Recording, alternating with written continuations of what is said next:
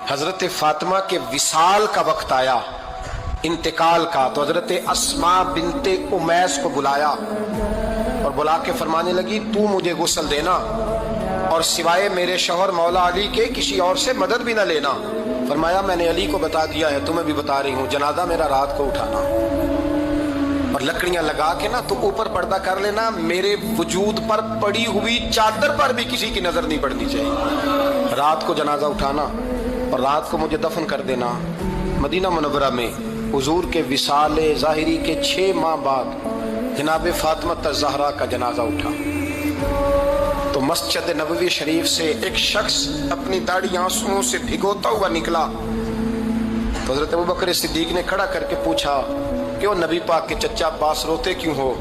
حضرت عباس کہنے لگے پہلے حضور گئے تھے، اب نبی پاک کی تصویر بھی چلی گئی۔ کیا ہوا؟ کہ جناب فاطمہ کا وصال ہوا۔ پھر سے ایک دفعہ مدینے میں رات آئی، پھر سے شام ہوئی، پھر سے جنازہ اٹھا۔